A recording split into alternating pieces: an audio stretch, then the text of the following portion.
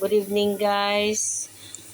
Welcome to my YouTube channel. Samahan niyo ako guys. Gagawa tayo ng risotto alfonghi o yung mushrooms at saka may second plate na takino or arrosto di turkey.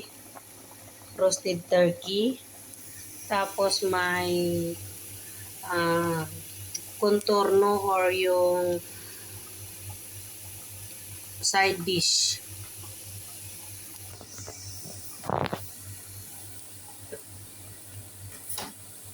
Ito yung sibuyas. Ngayon ilagay natin yung bawang.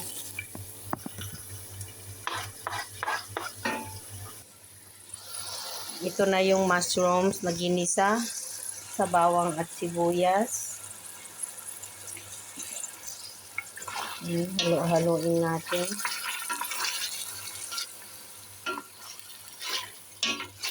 Hanggang maganda pagkagisa niya guys, yung lalabas-labas yung mantika niya. Tapos, ito naman, palalambutin natin tong roasted turkey. Palalambutin ko ito ng 2 oras. Nilagyan ko ng sibuyas.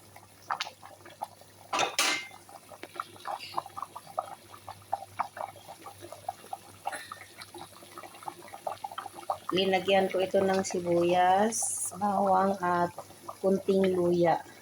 Tatakpan natin guys para maglambot ng 2 hours. Ito yung first plate ko. Lagyan ko mamaya ng bigas. Ang risotto dito guys, ang bigas ihahalo dito.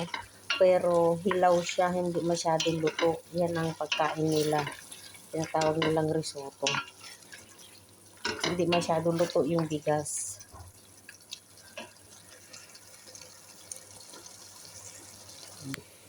So, ito yung side dish nila.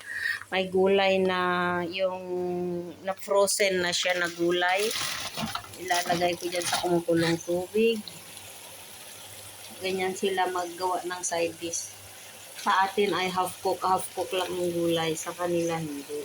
Kailangan na malambot na malambot. Ito naman yung spinach. Spinach si tawag nila dito. Ihalo ko na rin. Frozen na ito guys kasi mas mabilis na handa pagka yung mga frozen na frozen na siya.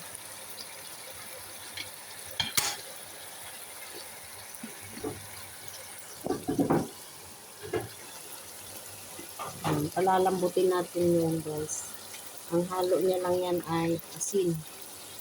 Pakukuluin lang. Tapos pag luto na siya, ano ko lang, lagyan ko lang ng olive oil. Tapos painit sa kawali. Yan ang side dish nila. At may isa pa akong side dish andito. Yung patatas na inforno. Or ano tawag yan? Patatas na linagay sa oven. Roasted. Roasted ka dyan. Yung alforno, hindi ko masyado explain sa English o Tagalog. Yung sa Italiano ay patata alforno. Niluto sa oven. Itong ponggi ay igigisa ng maayos hanggang maglabas-labas yung ano niya. Yung lasa niya. Bago lagyan ko ng bigas. Mamaya palagyan ng bigas. Pag andyan lang bisita, kasi hindi pwede dito yung luto mo na matagal bago ihain. Kailangan, pag nakaharap na sila, bago ko palang ilalagay yung bigas. Dahil hilaw naman yung bigas, hindi naman masyadong luto. So, itong sahog na lang ang lulutuin kong mauna. Mamaya na yung bigas. Mga 8:30 pa yan siguro kakain. So, mamaya, ito ay hindi ko na siguro magagawa pagka video. Pero ito ay hahaluan ko mamaya ng bigas. Yan siya. Yung bigas na yan.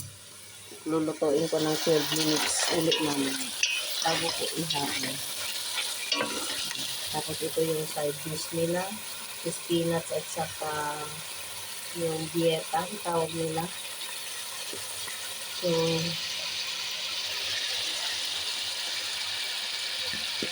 mamaya ulit.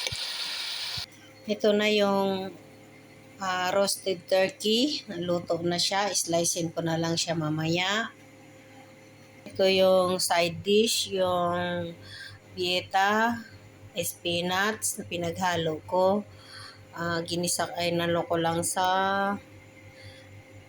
olive oil. Yung pang risotto ko mamaya, yung fungi or mushrooms para sa first plate. Ito na yung patata al forno or yung patatas na niluto sa oven.